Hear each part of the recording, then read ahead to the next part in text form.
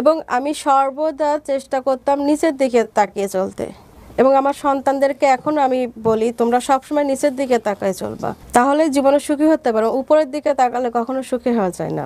কিন্তু নিজের ভেতরের একটা তাড়না ছিল ওনার মধ্যে যে আমি কে, এই পরিচয়টা বের করার, সেখানে ওনাকে কিছু একটা করতে হবে। আসসালামু আলাইকুম প্রিয় দর্শক এবং শ্রোতা, আল্লাহ সর্ব অবস্থায় আমাদের সবার মঙ্গল করুন, সবসময়ের মতো সেই দোয়া এবং শুভকামনা জানিয়ে শুরু করছি। আপনারা নিশ্চয়ই জানেন SOCA সংক্ষিপ্ত রূপ, যেটার মূল রূপ হচ্ছে studio of creative arts limited. এটি মূলত আমাদের প্রতিষ্ঠান যেটি সামাজিক যোগাযোগ মাধ্যমের জন্য কন্টেন্ট নির্মাণ করে। আমরা বিভিন্ন রকমের ভিডিওসগুলো আপনাদের জন্য নিয়ে আসি, যেটা মূলত ইউটিউব এবং ফেসবুকে। যারা এখানে এসে নিজের জীবনের গল্পটা বলতে চান এবং মনে করেন যে আপনার জীবন গল্প থেকে সমাজের অনেক কিছু জানার আছে, আমরা প্রত্যেকেই জীবনে কোনো না কোনো বিশেষ রকমের অভিজ্ঞতার মধ্য দিয়ে যাই এবং সে অভিজ্ঞতা আমাদেরকে জ্ঞান দেয়, সে অভিজ্ঞতা আমাদেরকে সামনের পথ কিভাবে চলতে হবে সে বিষয়ে আমাদেরকে ডিরেকশন দেয়। কখনো কখনো সেটা একেবারে নিজের অভিজ্ঞতা থেকে, কখনো কখনো সেটা অচেনা মানুষের জীবনের অভিজ্ঞতা থেকে। এবং আপনি যদি মনে করেন সেই অভিজ্ঞতায় আপনার অভিজ্ঞতা কিছুটা হলেও সমাজে প্রভাব ফেলতে পারবে, আপনার কিছু বলার আছে, এতে করে সমাজের উপকার হবে, তো আপনি আমাদের সঙ্গে যোগাযোগ করতে পারেন। সো আমাদের এখানে যোগাযোগ করার জন্য একটা মেইল অ্যাড্রেস আছে, sharemystory24@gmail.com। ভিডিওর কোণে এটা ফিক্স করে দেওয়া আছে, প্রত্যেকটা ভিডিওর কোণাতে। এবং আমাদের কি ফোন নম্বরও আছে 09639888777। এই নম্বরে ফোন দিয়ে বললেই হবে যে আমি আমার জীবন গল্প বলতে চাই, আমরা আপনাদেরকে অফিস থেকে কল করে বিস্তারিত জেনে নেব। তো আজকে আমাদের সঙ্গে কে রয়েছেন একটু জানার চেষ্টা করি। আপনার নামটা একটু বলেন।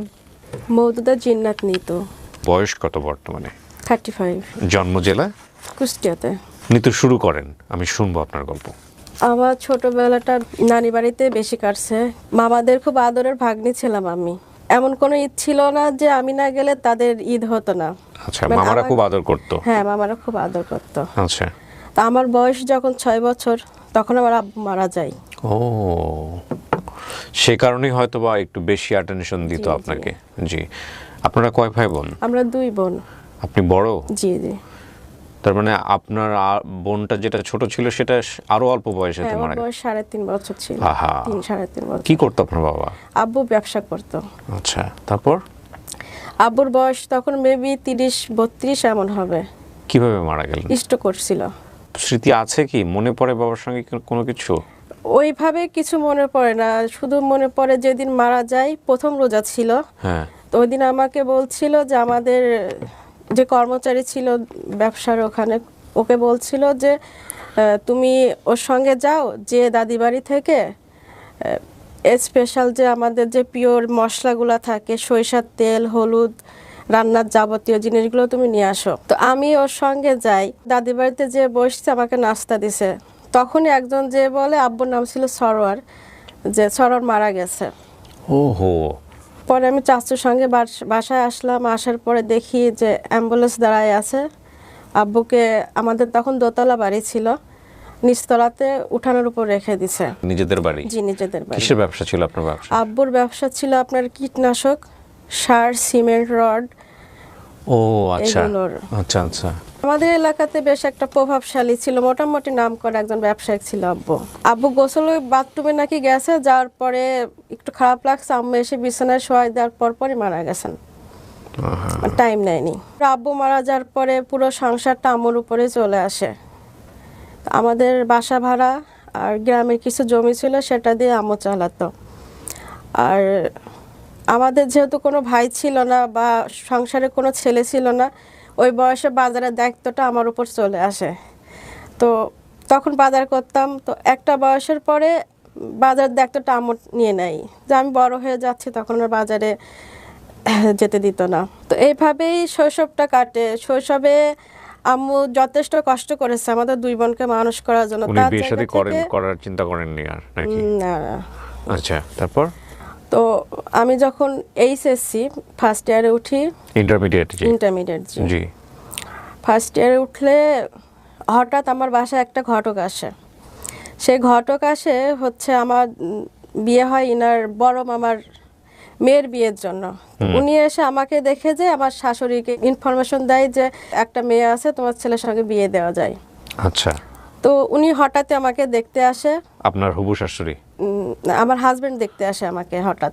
আচ্ছা, আপনি জানতেন না এর আগে থেকে যে উনি আপনার আপনার পরিচিত বা হাজবেন্ড হতে যাচ্ছেন বা এরকম কিছুই জানতেন না? তো এই ভদ্রলোক তাহলে হুট করে এসে কি বললো, কিভাবে দেখতে মানে আসলো? ওই আপনার যে ঘটক ছিল উনি ওকে নিয়ে আসতো, ও জব করতো, ছুটিতে বাসায় আসছিল। আপনার ফ্যামিলিতে তখন কে কে? আপনি, আপনার মা আর আপনার ছোট জি বোন? জি, আমরা তিনজন।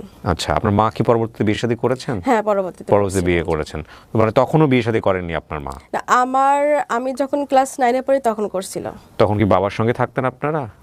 উনি উনি আমাদের বাসাতে সপ্তাহে 2 দিন আসতেন। আচ্ছা, তো ওনার সঙ্গে আপনার সম্পর্ক? ওনার সঙ্গে আমার খুবই ভালো সম্পর্ক ছিল। উনিও মারা গেছে। এটার একটা বড় বিষয় কিন্তু, মানে বাচ্চা কাচ্চা যখন বড় হয়ে যায় তখন কিন্তু সাইকোলজিক্যালি একটা অনেক বড় ধাক্কা পায় এবং অনেক সময় তারা রিসিভ করতে চায় না, মানে এই যে মায়ের দ্বিতীয় বিবাহ বা বাবার দ্বিতীয় বিবাহ, এটা রিসিভ করতে চায় না, যে কারণে আমার এই প্রশ্নটা করা। জি, আপনার বয়স অল্প ছিল যে কারণে ওনার হয়তো। সঙ্গে আমার এত ভালো একটা সম্পর্ক ছিল ভাইয়া, মানে ওনার নিজের সন্তানের থেকে উনি আমাকে বেশি ভালোবাসতো। বাহ। এবং আমার আব্বু মারা যাওয়ার পর ওই স্থানটা আমি ওনাকে দিয়েছিলাম।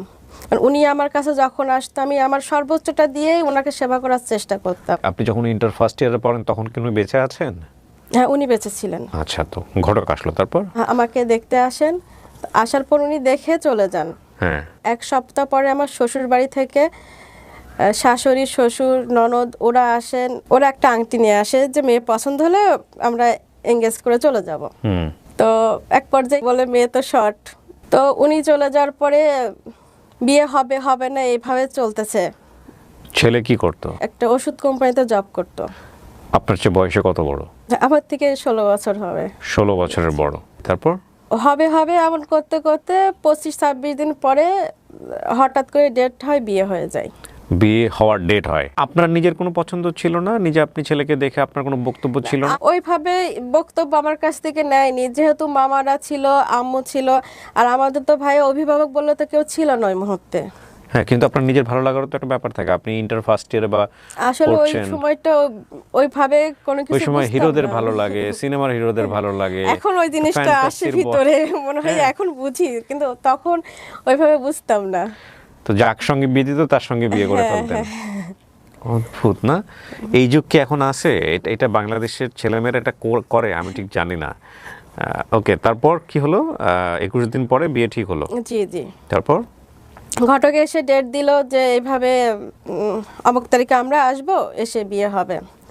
তো ওনারা আসলো, এসে বিয়ে হয়ে জামাইকে রেখে চলে গেল সবাই। উনি পরের দিন চলে যায়। আচ্ছা। তখন উনি জব করতো আপনার ব্রাহ্মণবাড়িয়াতে। আচ্ছা। আমার বড় ভাসুর থাকে দুবাইতে। তো উনি যেহেতু বিয়েতে অ্যাটেন্ড ছিলেন না, ওনার কথা ছিল যে 3 মাস পর এসে আমার বিয়েটা উঠাবে। তো এর মাঝে আর আমি একটু অসুস্থ হয়ে যাই, যার কারণে ওদের বাড়িতে চলে যাই, আর উঠানো হয়নি। তো পরবর্তীতে আসে ওনারা, এসে আমাকে নিয়ে যায় কয়েকজন মিলে, আমি ওখানে যাই। যেহেতু আমরা 3টা মানুষ একসঙ্গে থাকছি, আমি বাইরে তেমন চলাফেরা করি নাই, মানুষ সম্পর্কে এত বুঝতাম না। আর আমার শ্বশুর বাড়িতে ওরা 17 জন 18 জন এমন থাকতো, মানে সবসময় 14 জন থাকতোই।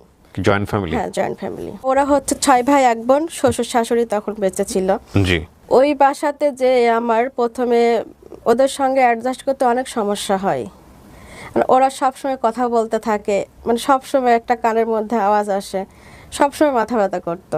ও, আপনার বাসায় তো কথা বলার মানুষ না কম। না, সো ওইখানে তো প্রচুর সবাই কথা বলে। হতো, আচ্ছা, হ্যাঁ। তারপর? ওইখানে গেলে আমার খুব কষ্ট হতো। ওইখানে যাই 2-3 দিন থাকার পর আমি আবার বাড়িতে চলে আসি। বাড়িতে এসে 2-3 দিন থাকার পর ওখানে যাই, এভাবে আসা যাওয়া করতে থাকি। একদিন আমাকে হঠাৎ নিয়ে গেছে ওনাদের বাড়িতে, রাত্রে আমি ঘুমাই আছি। আমার শ্বশুরের একতলা বিল্ডিং ছিল, পুরাতন একটু ছিল, ওটা মাঝে আপনার খসে খসে দেওয়াল পড়ছিল মাঝে মাঝে। তো ওইখানে আমি ঘুমাই আছি, বৃষ্টি হচ্ছে বাইরে, হঠাৎ দেখি পায়ের কাছে পানি পানি। তাই আমি ভাবছি কী ব্যাপার, পায়ের কাছে পানি এই মাঝ রাত্রে, বুঝতে পারছি না। কিছুক্ষণ পরে বুঝতে পারলাম যে ছাদ থেকে আপনার পানি পড়ছে। মানে ছাদ বলতে কি, এটা কি কংক্রিটের ছাদ ছিল? হ্যাঁ হ্যাঁ। নাকি আপনার এই যে কোনো রকম টিন দেওয়া না না ছাদ? কনক্রিটের কনক্রিটের ছাদ। জি জি। তাহলে তো ওইটা আমার শ্বশুর করছিল মেবি 61 কি 65 সালে হবে। মানে এত পুরনো বাড়ি। হ্যাঁ, উনি ওখানে নিজে আপনার ইটের যে ভাটা বলে নিজেই ওখানে ইট পুরাই নিজেই করছিল বিল্ডিংটা। আচ্ছা আচ্ছা। আমি তো আম্মুর মানে আদরেই ছিলাম, তো কখনো আম্মু আমাকে দিয়ে রান্না বাসার কোনো কাজ করায়নি। তো শ্বশুর বাড়িতে যাওয়ার পরে আমার বড় ভাসুর আসছে দুবাই থেকে, উনি ওনার মিসেসকে নিয়ে ওনার শ্বশুর বাড়িতে বেড়াতে যায়। যাওয়ার পরে আমার শাশুড়ি বলে রান্না করতে হবে, বউ বলতে আমি তখন ওইখানে। আমি বলছি মা আমি তো রান্না করতে পাই না, কাটতেও পাই না। তো বলে তুমি আসো আমার পাশে এখানে বসো, আমি তোমাকে দেখাই দিচ্ছি। তো উনি আমাকে সবজি কাটা দেখাই দেয়। আমি তখন থেকেই মানে আমার টুকিটাকি রান্না ওখান থেকে শুরু।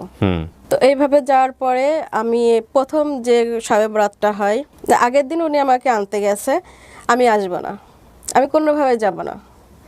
তো উনি আমাকে খুব প্রেশার করছে, ওনার মা যেহেতু বলছে যে যেতে হবে, তো আমাকে নিয়ে যেতেই হবে। আম্মু বলছেন না তুমি ওকে নিও না, পরের বার নিয়ে যাও, যেহেতু যেতে চাচ্ছে না যেতেই হবে। চলে গেছি, যাওয়ার পরে দেখি আপনার তখন তো মানে সকাল থেকে শুরু হতো ওখানে রুটি বানানো, আমাদের ওইদিকে প্রচলন আপনার রুটি সুজি এগুলো বানিয়ে আশেপাশে মানুষকে দেওয়া, তারপর গরিব মানুষ যারা আসবে তাদেরকে বিলিতন করা। যে দেখি আপনার অনেক আটা সিদ্ধ করে রেখে দিয়ে রুটি বানাতে হবে। তো আমার বড় যা উনি ওনাকে ভাবি বলে, ভাবি বলছে রুটি বানাও। আমি বলছি ভাবি আমি তো রুটি বানাতে পারি না, কখনো তো বানাইনি। তো বলে তাহলে রুটিটা ভাজো তুমি। আমি বলছি আমি তো রুটি ভাজতেও পারি না। পরে বলে আমি তোমাকে দেখাই দিচ্ছি, উনি আমাকে দেখাই দেয়। দেখাই দেওয়ার পর রুটি আমি ভাজতেছি, ভাজতে ভাজতে ওই দিন আমার এশার আজান হয়ে গেছে। আমার হাজব্যান্ড যখন ব্রাহ্মণবাড়িয়াতে ছিল, 1 মাস পর উনি ওই জবটা ছেড়ে অন্য একটা কোম্পানিতে ঢুকে উনি ওখানে চলে আসে, বাড়িতে থেকে জব করবে এই জন্য। উনি যখন ঝিনাইদহতে চলে আসে তখন আমি পার্মানেন্ট ওখানে চলে যাই। তো ওখানে যাওয়ার পর আমার তো একটা থাকার একটা পার্মানেন্ট একটা ঘর দরকার। তো ওদের একটা বড় রান্নাঘর ছিল, ওই রান্নাঘরে কোনো রান্না টান্না কোনো কিছু হতো না, পড়ে থাকতো রুমটা। তো ওই রুমের মাঝে আপনার পার্টিশন দিয়ে দেয়, দেওয়াল গেঁথে দেয়, গেঁথে একটা রুম করে সাইডে, উপরে টিন থাকে, আর যে দেওয়ালটা মানে টিনের থেকে দেওয়ালটা আপনার এরকম 1 হাত ফাঁক থাকে। শীতকালে কুয়াশা পুরো রুমের মধ্যে চলে আসতো। তো এইভাবে ওখানে 1 বছর থাকি আমি। আপনি এগুলো নিয়ে আপনার হাজবেন্ডকে কিছু বলতেন? ওনাকে বলছি, বাড়িতে বলছি, বাড়িতে আম্মুকে বলছি, আম্মু বলে হ্যাঁ আমি ঘর বানাই দিব, টাকা দিব, এরকমই বলতো আম্মু। তারপরে ওনার হচ্ছে কুষ্টিয়াতে আপনার কলেজে জব হয় কেমিস্ট হিসাবে। কেমিস্ট হিসেবে কুষ্টিয়া কলেজে? কুষ্টিয়া কলেজে। ওকে। তখন কুষ্টিয়াতে বাসা নিয়ে আমরা কুষ্টিয়াতে চলে আসি। তখনও বাচ্চা কাচ্চা হয়নি? না বাচ্চা কাচ্চা হয়নি। বাচ্চা কাচ্চা হয়নি, ওকে। ইন্টারমিডিয়েট পড়ার পরে আপনার আর লেখাপড়া হয়নি শ্বশুর বাড়িতে গিয়ে? না শ্বশুর বাড়ির থেকে হয়নি। এটা কি আপনার শ্বশুর বাড়ি থেকে বলা হয়েছিল যে বন্ধ? আমার শাশুড়ি খুব পজিটিভ ছিল লেখাপড়ার জন্য।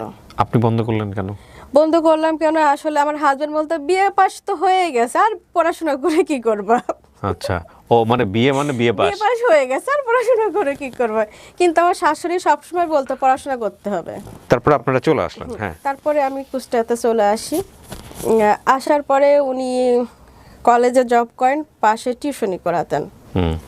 পার্ট টাইম আর একটা কলেজে উনি কুষ্টিয়া পুলিশ লাইন কলেজ, ওখানে জব পান। বেশ ভালোই চলছিল সংসার। এর মাঝে আমার ছেলে আসে দুনিয়াতে। ও যেহেতু সিজারিয়ান বেবি ছিল, 6 মাসে আপনার বেড রেস্টে থাকা লাগে। তো ও যখন 6 দিন বয়স, সেদিন আমার ইনফেকশন হয়ে যায়। ওহো। 22 দিনের দিন আমি সুস্থ হই ওটা থেকে। তো আম্মু ছিল আমার বাসায় তখন, আম্মু আর ছোট বোন। 25 দিন সিজারের বয়স, তখন আমার পক্স হয়। বোনের বিয়ে হয় নাই, বললো যদি এখন হয় ওর মুখে দাগ হয়ে যাবে, বিয়ে হতে সমস্যা হবে, আমি চলে যাই। তো উনি চলে যায়। হাসতে হাসতে বলা, কিন্তু কত কষ্টকর গল্পগুলো। ইটস এ হয়তো রিয়েলিটি। তার জায়গা থেকে সে ঠিক ছিল। ঠিকই ছিল। আমার পাশে যে আপু থাকতো, আমার হাজবেন্ডেরই বান্ধবী, উনি, ওনার 2টা মেয়ে ছিল, 2.5 বছর হবে ছোট মেয়েটার বয়স। ওই সময়টা ও সাপোর্ট দিয়েছে আমাকে, ওর মেয়েকে পাঠায় দিয়েছে তুমি থাকো, আন্টি কাজ করে নিক। ওই আমার পক্স অবস্থাতেই কাজের বুয়া সব করে দিয়ে যেত, কিন্তু রান্নাটা তো আমাকে করাই লাগতো। তখন আর কারোর পক্স হয়নি, শুধু আমার থেকে ওইটা শেষ হয়েছে। তারপর বাচ্চা যখন একটু বড় হয়, আমি লোক মারফতে শুনতে পারি ওর বাবা পার্টনারে বিজনেস শুরু করেছে। এর আগে আপনাকে কিছু বলে নাই? না। তারপর উনি আমার কাছে বলে যে ওনাকে আমি পার্টনারশিপে ওনার সঙ্গে বিজনেস করছি, আমি টাকা দিয়েছি। ওনাকে আমার বাসায় নিয়ে আসে। উনি আসার পর আমাকে আমার সঙ্গে ওনার বোন পাতায় সম্পর্ক, যে তুমি আমার ছোট বোন, আমরা ব্যবসা শুরু করছি। প্রায় দিনই বাসায় আসে, আমি দলিল দেখি, দলিল নিয়ে আসে যে তারা পার্টনারশিপে চুক্তিবদ্ধ হবে। তো এভাবে কিছুদিন যাওয়ার পরে, কয়েক মাস যাওয়ার পরে শুনতে পাই যে উনি আর ওনাকে রাখেননি। মানে আপনার হাজবেন্ডকে বিজনেসে রাখেনি? না, উনি পার্টনারশিপে রাখেননি এবং টাকাও আর ব্যাক দেননি। কত টাকা ইনভেস্ট করেছিল উনি? ওখানে মেবি 50,000 করছিল। 50,000? তারপরে নেক্সট উনি কুষ্টিয়াতে হামদর্দের যে একটা ডাক্তার ছিল, ওনার সঙ্গে আবার শুরু করেন সেম বিজনেস। বিজনেস করার দরকার কি ছিল? উনি তো ভালোই জব করছেন। ওনার হয়তো এটা নেশা, মানে শখ ছিল যে জি, জি। বিজনেস করবেন। আচ্ছা, উনি কেমিস্ট থেকে পড়েছে, ওটা ওনার ইয়ে Okay. ছিল যে আমি এটার উপরে কিছু করব। ওকে, তারপর? ওনার সঙ্গে বিজনেসে পার্টনারে শুরু করার পর উনি মাত্র 25,000 টাকা ওনাকে দিয়েছিল। দেওয়ার পরে ওনার সঙ্গে মনোমালিন্য হওয়ার পর ওনাকে সমস্ত টাকা ব্যাক দিয়ে দেয়। দেওয়ার পর উনি নিজেই সম্পূর্ণটা শুরু করে। যেহেতু উনি কলেজে জব করতো, আপনার টিউশনি করতো, সব কিছু মিলাই ব্যবসার ওই জায়গাটাতে সম্পূর্ণ সময় দিতে পারতো না। হুম, আর ওই মুহূর্তটা উনি সম্পূর্ণ কর্মচারীর উপরে ছেড়ে দেয়। ওকে। দেওয়ার পরে কর্মচারী কি করতো, আপনার ওইগুলো নিজে নিজে মার্কেট করতো। এবং এমনও হয়েছে ও কর্মচারী লুকায়ে সেইগুলো নিয়ে যে বাজারে বিক্রি করে দিয়েছে, জানতো না। হুম হুম হুম। আর দ্বিতীয়ত উনি মার্কেটিংয়ের জন্য আপনার অনেকগুলো ডাক্তার রিপ্রেজেন্টেটিভ মার্কেটে দেয় এবং অনেকগুলো ডাক্তারের সঙ্গে চুক্তিবদ্ধ হয় যে ফ্রিজ দেবে, এত টাকার অ্যামাউন্ট তুমি মাল চালাবা, তোমাকে আমি ফ্রিজ দিব, টিভি দিব, এমন করে।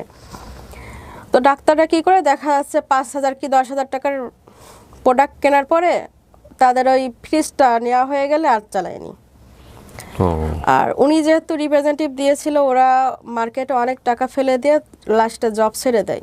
আচ্ছা। দেওয়ার পরে ওনার ভাষ্য মতে উনি 70 থেকে 80 লক্ষ টাকা ওখানে লস খায়। আপনার হাজবেন্ড জি। 70 থেকে 80 লক্ষ টাকা পেলো কিভাবে? উনি আস্তে আস্তে ইনভেস্ট করে এবং কিছু মানুষ ওনাকে টাকা দিয়েছিল। বিভিন্ন জায়গাতে ধার জি করেছে? জি। না, ধার না, মানে কয়েকজন ওর সঙ্গে আপনার রিপ্রেজেন্টেটিভ হওয়ার জন্য টাকা দিয়েছে, যে আমি রিলেটিভের মধ্যে আমি আপনাকে 50,000 টাকা দিলাম, আপনি আমাকে জবটা দেন। হ্যাঁ। কিন্তু ওরা মার্কেটে আপনার 1 লাখ টাকা মাল ফেলে যাওয়ার সময় 50,000 টাকাও ঠিকই নিয়ে গেছে। এর সম্পূর্ণ টাকা আপনার মার্কেটে পড়ে গেছে, উঠাতে পারেনি। তখন তো উনি দিশেহারা হয়ে যায়, কি করবে। চাকরি ছেড়ে দিয়েছে না, ততদিন? চাকরি চলছে। চাকরির পাশাপাশি ছিল হ্যাঁ, বিজনেস? চাকরির পাশাপাশি ওকে। কয়েকটা ব্যাংক থেকে লোন নেয়, চাকরি টাকা, প্রাইভেটের টাকা, এইগুলো দিয়ে উনি আস্তে আস্তে ওইগুলো টাইম নেয় সবার কাছ থেকে নিয়ে ওইগুলো শোধ করে আস্তে আস্তে। হুম। আমার ছেলে তখন স্কুলে পড়তো, সংসারে এতটা টানাপোড়েন হয়ে যায়, 1 বছর আমি ছেলেকে স্কুলে যাওয়া বন্ধ করে দিয়েছিলাম। এত খারাপ অবস্থা? জি। কিন্তু কখনো আমি আমার আত্মীয়কে জানাইনি, হয়তো এই শোটা দেখার পরে অনেকেই জানবে। তারপর আস্তে আস্তে যখন পরিবেশটা আমাদের দিকে চলে আসে, তখন পরের বছর ছেলেকে আবার আমি স্কুলে পড়াই। ছেলে যখন ছোট থাকে তখন আমি এইচএসসিটা আবার ভর্তি হই। কোন, ওর বয়স কত তখন? 1.5 বছর। আচ্ছা, আবার ইন্টারে ভর্তি হন? জি। আপনার ইন্টার কত সালে পাস করছেন আপনি? 11তে। বাসায় যেহেতু আমি একাই থাকতাম, বাসার বাজারটা আমাকে করা লাগতো, রান্না করা লাগতো, ছেলেকে সামলানো লাগতো, তারপর লেখাপড়া করা লাগতো। তো ইন্টার পাস করার পর শখ জাগলো যে আমি বিবিএ কমপ্লিট করব, বিবিএ পড়ব। তখন কি আপনার জামাইয়ের বিজনেস লস নাকি বিজনেস চলতেছে? কাটাই অনেকটা উঠে গেছি আমরা। তারপর আমি বিবিএ ভর্তি হই, আপনার বিবিএটা কমপ্লিট হলো। বিবিএটা কোথায় পড়লেন? এআইইউবিতে। এআইইউবিতে। বিশেষ করে আমার পড়াশোনাটা শুরু করেছিলাম আমি, আমার আত্মীয় স্বজন আমাকে কটু কথা বলতো, ও এসএসসি পাস করেছে, ওর তো কোনো শিক্ষাগত যোগ্যতা নাই, মানে এইভাবে আমাকে হেয় প্রতিবন্ধকতা করতো সবসময়, খুব ছোট করে দেখতো আমাকে। এবং আমার আত্মীয় স্বজন, ওদের আর্থিক অবস্থা অনেক ভালো ছিল, ওদের এই কটু কথার কারণে আমিও ভাবতাম যে না, আমার কিছু করতে হবে। তো বিবিএটা আমার যখন কমপ্লিট হলো, তারপর আমি ভাবলাম স্টুডেন্ট ভিসাতে অস্ট্রেলিয়াতে যাব। এই বাচ্চা কাচ্চা রেখে? তখন মেয়ে ছোট ছিল। ওকে। আমার ওর বাবা বললো ঠিক আছে তুমি যাও, কিছুদিন পরে বাচ্চাদেরকে নিয়ে যেতে পারছো, তাহলে আমরা যেতে পারবো। হুম। উনি আমাকে এই কথা বললে, এখন ওনার মনের কথা কি বাহিরের কথা এটা আমি জানি না ভাই। ওকে ওকে। বলার পর উনি আমার সঙ্গে যে নিজে পাসপোর্ট করায় নিয়ে আসলো।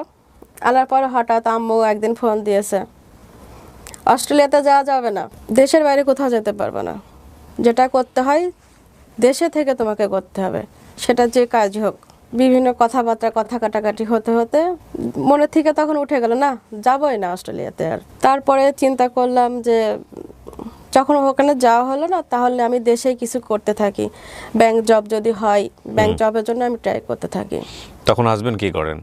উনি কলেজে, এখনো কলেজে আছে। আচ্ছা, উনি কলেজে পড়াচ্ছেন বা কলেজে কেমিস্ট। হ্যাঁ। তো তখন আমি ব্যাংক জবের জন্য ট্রাই করতে থাকি, এবং মাঝে আমি কুষ্টিয়াতে একটা স্কুলে জব নিই। মানে জব নেওয়াটার কি খুব প্রয়োজন ছিল সংসার থেকে, নাকি আপনার কাছে মনে হচ্ছে? আর্থিক প্রয়োজন ওইভাবে না, কিন্তু আমি মানে ডিপ্রেশনের এত শেষ পর্যায়ে চলে গিয়েছিলাম ভাইয়া, আমার ভালো লাগতো না। ডিপ্রেশন কেন আসলো? ডিপ্রেশনে কেন হতো, আমার ভিতর সবসময় কাজ করতো আমার কি পরিচয়, আমার কি আছে, আমার কোনো কিছু নাই। আমার যে নিতু নাম, এই নামটাও হারাই যাচ্ছে, কেউ আমাকে নিতু বলে ডাকে না, তো ডাকে হচ্ছে কি অমুকের মা? আমাকে উস্মিকের মা বলে ডাকে। উস্মিক আপনার ছেলের নাম? জি জি, মিশকার মামনি বলে ডাকেন। আমি হারাই যাচ্ছি। আচ্ছা। স্কুলটাতে ঢুকি, তো বাসায় সব কিছু ঠিকঠাক করে আমি যেতাম 3 ঘন্টার জন্য। বাসায় এসে আপনার পুরো পরিবেশ অন্যরকম দেখতাম। ছেলে মেয়ে ওরা তো ওদের মতো থাকতেই পারে, তারপর ওদের মধ্যে থাকে, হয়তো কোনো সময় বাবাকে যে বলে বাবা এটা করতে হবে ওটা করতে হবে, হয়তো এটাতেই তার বিরক্ত লাগতো। 3 মাস মতো আমি কন্টিনিউ করতে পারছি, তারপর ছেড়ে দিতে হয়েছে। মানে ঝগড়াঝাটি লেগে যেত বাসায়? হ্যাঁ হ্যাঁ। ওকে। ওইভাবে ঝগড়াঝাটি না লাগলে মানে তার চেহারা তার আচরণটা বোঝাই দিত যে পছন্দ করছে না চাকরি করা। তারপরে আবার ওই প্রতিষ্ঠানে আমি দেখলাম ভাইয়া, সবাই আধা ঘন্টা পরে যায়, আমি আধা ঘন্টা আগে যাই। তো আমাকে কয়েকদিন পরে বললো, আপু আপনি তো বেশ ভালো পারফরমেন্স করছেন, আপনি একটু আগে আসবেন। আমার উপর খবরদারি করতো। জব করতেছি, এই যে খবরদারি করা, কমেন্ট দেয়, এটা করে ওটা করে, এইগুলো আমি মানতে পারতাম না। তারপর রাগ করে না আর যাবো না। তার কিছুদিন পরে ব্র্যাক ব্যাংকে জবের একটা অফার আসে, ওখানে আমি পাই। তারপরে আমি আর জবের দিকে যাইনি, যে না আমি এখন এই 3 মাসে আমার তো অভিজ্ঞতা হয়ে গেছে, জব আমি করতে পারবো না আসলে। পারবো না। ইভেন আমার আম্মু আমাকে বকাবকি করতো, ওদেরকে রেখে আমি স্কুলে গেছি। তারপর ডিসিশন নিলাম যে কিছু তো করতেই হবে আমাকে, করবো তো করবোই, আমি কি করবো আমি জানি না। এক পর্যায়ে ভাবলাম যে বিজনেস শুরু করব। আর কি বিজনেস শুরু করব আমি এটা বুঝতে পারছি না। মানে ফেসবুকে দেখি, ইউটিউবে দেখি বিভিন্ন রকমের বিজনেস। তো তারপরে এক পর্যায়ে মাথায় আসলো যে আমার হাজবেন্ড যেটা করতো ওটাই আমি নতুন করে আমার নাম দিয়ে নতুন করে শুরু করব। কি ছিল ওনার বিজনেস? ওনার বিজনেস ছিল অ্যানিম্যাল ফিড প্রিমিক্স। আচ্ছা, পশু খাবার প্রক্রিয়াজাতকরণ। পশু খাবার বানাতেন নাকি? পশু খাবার, জি, আমরা র মেটেরিয়ালস বাইরে থেকে নিয়ে এসে এটা প্রক্রিয়াজাত করে মার্কেট করি, মিক্স করে তারপরে মার্কেটিং করি। তো উনি যেহেতু ওখানে অনেক টাকা ধরা খেয়েছে, উনি তখন ওই মুহূর্তে আমাকে বলল যে তুমি যদি এই বিজনেসটা করো আমি সাপোর্ট দিতে পারি তোমাকে। তারপর আমি আস্তে আস্তে শুরু করি। কিভাবে শুরু করলেন? কত টাকা দিয়ে শুরু করলেন? 2.5 লাখ থেকে আমি শুরু করি। ওটা নিজের যে গুছানো টাকা ছিল আর কিছু আমার লোন ছিল। আমি এখন বর্তমানে যে বিডা ওদের একটা প্রজেক্ট ছিল ইএসডিপি, ওখান থেকে কোর্স করছিলাম, করার পর ওরা ওখান থেকে আমাকে একটা লোন দিয়েছিল। আচ্ছা, ওইটা সঙ্গে আমার যে টাকা ছিল ওইটা দিয়ে আমি 2.5 লাখ দিয়ে শুরু করি 2019 সালে। কাউকে আমি বলিনি, আম্মুকেও জানাইনি আমি, যে আম্মুকে জানালে এখানেও সে আমাকে বাধা দেবে, আমাকে করতে দেবে না। প্রথমে আমি যেটা করি, আমার যে কারখানাটা নেওয়া হয় ওটা চুক্তিবদ্ধ করি। কত বছরের জন্য কাজ করব আমরা এখানে এভাবে? হ্যাঁ, আমাদের যে আপনার লিস্ট দেওয়া হয় সরকার থেকে মেশিনগুলো কেনার জন্য, ল্যাবের যে মেশিনগুলো, ওইগুলো আমরা পর্যায়ক্রমে কিনে সব লাইসেন্সগুলো প্রক্রিয়া সম্পূর্ণ করার পরে। মানে এগুলোকে আপনার হাজবেন্ড সাহায্য করছে আপনাকে? জি জি, basically he is a chemist, so উনি জানেন কিভাবে জিনিসগুলো করতে হবে। ওকে, সব কিছু করার পর মার্কেটে আমি যখন পা দিই সেই মুহূর্তে লকডাউন হয়। 19 সালের গল্প, 2019-20। তখন তো কুষ্টিয়ার এমন অবস্থা, আপনার বাসা থেকে কেউ বের হয় না। কিসের খাবার তৈরি করলেন আপনারা? এটা গবাদি পশুর। গবাদি পশু মানে কি যে কোনো গবাদি পশু? জি। গরু, ছাগল, হাঁস, মুরগি সব? গরু, ছাগল সব। সব। ওকে, ম্যাটেরিয়াল কোথা থেকে নিয়ে আসতেন আপনারা? এগুলো মালয়েশিয়া থেকে আমরা ইম্পোর্ট মালয়েশিয়া ইম্পোর্ট করতেন। ওকে, মাত্র 2.5 লাখ টাকা দিয়ে শুরু করা সম্ভব হলো? ওটা আমি স্টার্ট করি এবং 1-2 মাস পরে আমাকে আবার ব্যাংক থেকে লোন নেওয়া লাগে। আপনি পেতেন কিভাবে? মালয়েশিয়া থেকে পরিচিত কেউ ছিল? হ্যাঁ, পরিচিত ছিল। ওকে। 1-2টা অর্ডার আসে। প্রথম অর্ডার আসে আমার 1200 টাকার একটা অর্ডার আসে। ফেসবুকে? জি। তখন কি ফেসবুকে পেজ খুলেছেন? পেজ পরবর্তীতে খুলছি আমি। নাম কি পেজের? নিতুস এগ্রো ফার্মা। তারপর? এমনও সময় গেছে আপনার কর্মী আসি নাই, লকডাউনে হ্যাঁ। আসার কথা আসে নাই। দেখা যাচ্ছে কর্মীর ওই কাজটা আমার নিজেরও করতে হয়েছে। কখনো কখনো হাতে ফুসকা পড়ে গেছে কাজ করতে যেয়ে। তো এইভাবে করতে করতে আমরা আস্তে আস্তে আগাতে থাকি। তো বিজনেসের প্রথমে আপনি নাম কি দিব এটা নিয়ে আমি ইনডিসিশনে ছিলাম। বিজনেসটা যখন আমি শুরু করতে যাই তখন আমার এলাকার 2জন ভাইয়া আমার সঙ্গে পার্টনার হতে চেয়েছিল। আচ্ছা। আমার কেন জানি সবসময় তারা করতো যে আমি যেটা করবো আমি নিজে থাকবো, আমি কারোর সঙ্গে কৈফিয়ত দিতে পারবো না, ভাগাভাগি করতে পারবো না। জি। তারপরে আমি সব বাদ দিয়ে না আমি নিজের মতো করে একা একাই করব। যে একাই করবো। যেহেতু পার্টনার এক্সপেরিয়েন্স ভালো না। না, নিজের নাম দিয়ে নিজেই আলহামদুলিল্লাহ বলে শুরু করছি, আলহামদুলিল্লাহ বলে। পরে আমি যেদিন উদ্বোধন করি তার আগের দিন আম্মুকে আমি বলি আগামীকাল এসো আমার অফিসে এরকম উদ্বোধন হচ্ছে। তখন সে জানতে পারে। তারা পর্যন্ত মাকে বলেননি, কারণ বললে মা হয়তো বন্ধ করে দিত। হ্যাঁ, মানা করবে। আম্মুকে আমি প্রচন্ড ভয় পাই।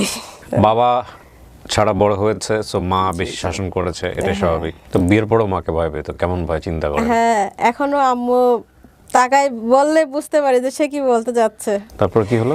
তারপরে এইভাবে আগাতে আগাতে তখন আমি রানিং 2টা প্রোডাক্ট নিয়ে শুরু করি। কি কি ছিল প্রোডাক্টগুলো? তখন আমাদের ছিল জিঙ্ক আর ক্যালসিয়াম গরুর। জি। আর আমার এই প্রোডাক্টগুলো আপনার প্রাকৃতিকভাবে মোটা তাজা করে, খাবার রুচি বৃদ্ধি করবে, দৈহিক যে গঠনগুলো এটা ঠিক করে, আপনার ঝরা চামড়া পড়া রোধ করবে, প্রাকৃতিকভাবে ধীরে সুস্থে এটা বাড়বে। ফার্মার যারা তারা কি সচেতন, মানে এগুলো খাওয়াইতে চায়? অবশ্যই ভাইয়া। মার্কেটটা কি রেডি ছিল? আপনি বিক্রি করতেন কিভাবে? আমার মার্কেটটা রেডি ছিল না, আমি নিজে তৈরি করেছি। কিভাবে করতেন? প্রথম ফেসবুকে পোস্ট দিতাম, তারপর আস্তে আস্তে অনলাইনে যে গবাদি পশু রিলেটেড যে গ্রুপগুলো আছে সেখানে আমি পোস্ট দেওয়া শুরু করি। ওকে। এইভাবে আগাতে আগাতে আমার মার্কেটটা আমার কাস্টমারই করে দেয়। কিছু কিছু কাস্টমার ভাইয়ারা আছে আমার অ্যাকাউন্টে পেমেন্ট করে দেয় এবং দেওয়ার পরে কখনো জানতেও চায় না আপু আপনি কখন প্রোডাক্টটা পাঠাবেন। ওনারা জাস্ট আমাকে বলবে এটা এটা লাগবে। আপনার নিজের গবাদি পশু আছে না? ভাইয়া নাই, তো তবে আমার ইচ্ছা আছে। তো আপনার প্রোডাক্টের রিভিউ কেমন আসে? আলহামদুলিল্লাহ, ভালো রিভিউ। তারপর সেল করছি এভাবে। তো আস্তে আস্তে আমার প্রোডাক্টগুলো আস্তে আস্তে বাড়ছে, মার্কেটটাও বাড়ছে। খামারি ভাই এরা নিজেরাই নিজে নিচ্ছে, উপকৃত হচ্ছে, অন্য আরেকজনকে বলছে তুমি আপুর কাছ থেকে নাও। ওকে। আমি কোনো ফার্মেসি কোনো ডাক্তার এগুলোর মধ্যে যাইনি। একটা অসুস্থ পশু সে আমার এই পণ্যটা খেয়ে যদি সে সুস্থ হয় তার থেকে অটোমেটিক আমি একটা দোয়া পাবো। আমি এটা নিজে নিজে নিজে ফিল করি। এই দোয়াটাই আমার জন্য অনেক বড় কিছু। তো এই জায়গায় আমি কোয়ালিটির দিক থেকে কোনো কমতি রাখি না, আমার সর্বোচ্চটা দিয়ে আমি চেষ্টা করি কোয়ালিটিটা ভালো রাখার জন্য। Very good. এবং মার্কেটের থেকে আমার পণ্যটা আমি আপনি পরিবার সামলাতেন কিভাবে এগুলো করে? সকালে উঠি, আমার কাজের বুয়া আসে, ও এসে সমস্ত কিছু করে যায়, আমি রান্না করি। রান্না করার পরে মেয়েকে স্কুলে দিয়ে আসি, ছেলেকে এখন আর ওইভাবে দেওয়া লাগে না। মেয়েকে দিয়ে এসে অফিসের কাজ শুরু করি, করার পাশে আমি এর মাঝে আবার মেয়েকে নিয়ে চলে আসি।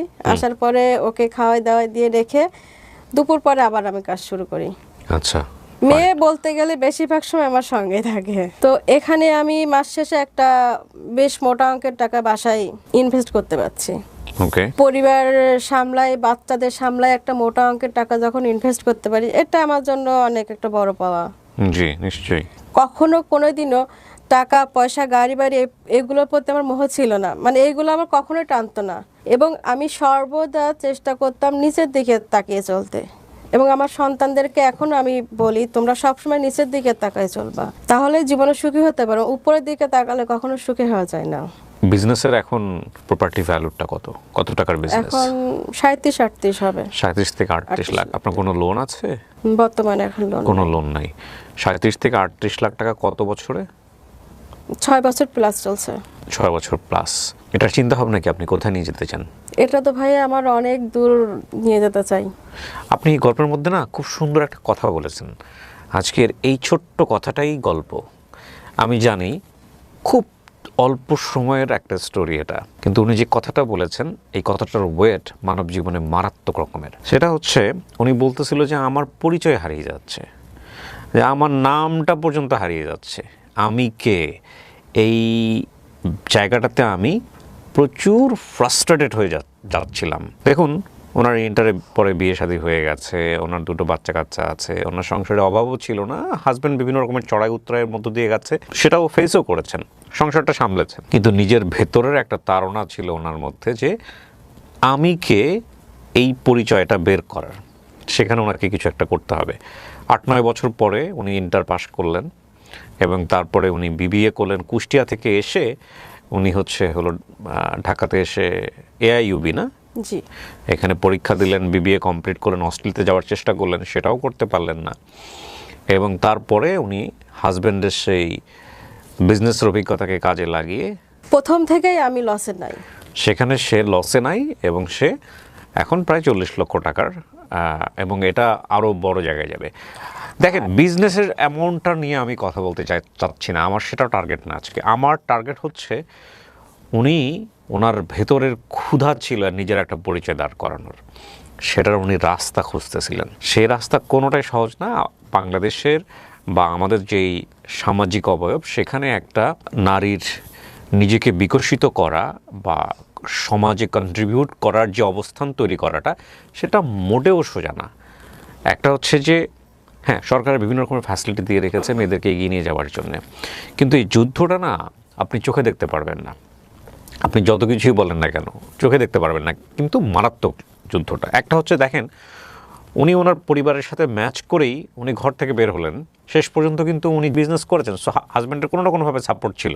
উনি যখনই যেটার স্কোপ পেয়েছেন সেটাতে ট্রাই করেছেন। অস্ট্রেলিয়াতে যেতে পারেনি, ওকে ফাইন, আমি এখানেই শেষ না, অন্য কিছু করতে চাই, অন্য কিছু করতে চাই। এই যে নিজের পরিচয় খুঁজে বের করাটা, এটা মানব জীবনে খুব গুরুত্বপূর্ণ বিষয়। এখন ভাই আমি মাস গেলে লাখ টাকার প্লাস আমার নিজের আয়, আমার ছেলে মেয়ের সব চাহিদা আমার কাছে, ওদের বাবার কাছে কোনো চাহিদা নাই। সে তার জব নিয়ে ব্যস্ত, সে আপনার বিজনেসের সাপোর্ট তো নিশ্চয়ই সে দেয়, মোটামুটি দেয়। আপনি তো স্যাটিসফাইড এখন যে না, আপনি আপনার এই 35 বছরের জীবনে অ্যাটলিস্ট আপনার একটা পরিচয় দাঁড়িয়েছে। আলহামদুলিল্লাহ আমি সুখী। মানুষ সব দিক থেকে সুখী হয় না। জি। আপনি একটু যদি চিন্তা করে দেখেন, যেখানে আপনার লেখাপড়াই হওয়ার কথা না, জি ভাইয়া, জি, সেখানে আপনি বিবিএ কমপ্লিট করলেন, এখন নিজের একটা প্রতিষ্ঠান দাঁড় হচ্ছে, নিজের একটা ব্র্যান্ড করেছে, এটা নিজের আমার একটা জন্য ব্র্যান্ড অনেক করেছে, বড়। কিছু লোকজন আপনার সেখানে কাজ করে, অ্যাটলিস্ট লাখখানেক টাকা প্রতি মাসে ইনকাম হচ্ছে, এবং আপনি ভাই স্বপ্ন এটা দেখছেন। সম্পূর্ণ হালাল ভাবে আমার একটা টাকা আলহামদুলিল্লাহ। ইনকাম হচ্ছে হালাল ভাবে। এই গরমে শুধু আমি এসির মধ্যে বসে থাকি না, কিন্তু আমার মাথার ঘাম টপ টপ করে পা দিয়ে পড়তেছে, তারপর আমার টাকাটা আসছে আমার পকেটে। তো রাইট। এই টাকাটা যে ইনকাম করছে আমার হাতে, যখন টাকাগুলো আসে ভাই, মনে হয় আমি পৃথিবীর সবচেয়ে সুখী মানুষ, মানে স্বর্গটা আমার হাতে আসে আলহামদুলিল্লাহ। এই টাকাটা আমি যখন হাতে পাই। আপনি যদি খুব মনোযোগ দিয়ে আজকের এই গল্পটা দেখেন, যে বাংলাদেশে নিতুর মতো এরকম লক্ষ লক্ষ কোটি কোটি নারী আছে যারা ঘরে হয়তো নিজের ভেতরের চেষ্টাটাকে মনের অজান্তেই কিংবা জানা অবস্থাতেই মেরে ফেলছেন, প্রতি মুহূর্তে মেরে ফেলছেন। আমি শুধু তাদেরকে বলবো, সব কিছু ঠিক রেখে চেষ্টা করতে থাকুন, কারণ আপনি এগোলে সমাজ এগোবে, সমাজ এগোলে দেশ এগোবে, এবং যে দেশের মানুষ কোটি কোটি, সেই দেশের কোটি কোটি মানুষ যদি ইকোনমিতে কন্ট্রিবিউট রাখে, তাহলে দেশটা কোথায় চলে যাওয়ার কথা। ঠিক আছে? তো সেই জায়গা থেকে নিতুদের মতো যারা আছেন তাদেরকে অনেক বেশি কন্ট্রিবিউট করার সুযোগ আছে সমাজে, এবং কখনোই সেটা পিছপা হওয়া যাবে না। নিতু, অনেক ধন্যবাদ। আপনি কুষ্টিয়া থেকে আসছেন, আপনার হাজব্যান্ড এবং আপনার 2 বাচ্চা সহ আসছেন, আমি দেখলাম। আপনাদের সবার জন্য শুভকামনা, এবং নেভার গিভ আপ, কখনোই থামবেন না, ইনশাআল্লাহ ভালো কিছু হবে। ঠিক আছে, ভালো থাকবেন। দর্শক, আজকের মতো এখানেই শেষ করছি। আসসালামু আলাইকুম।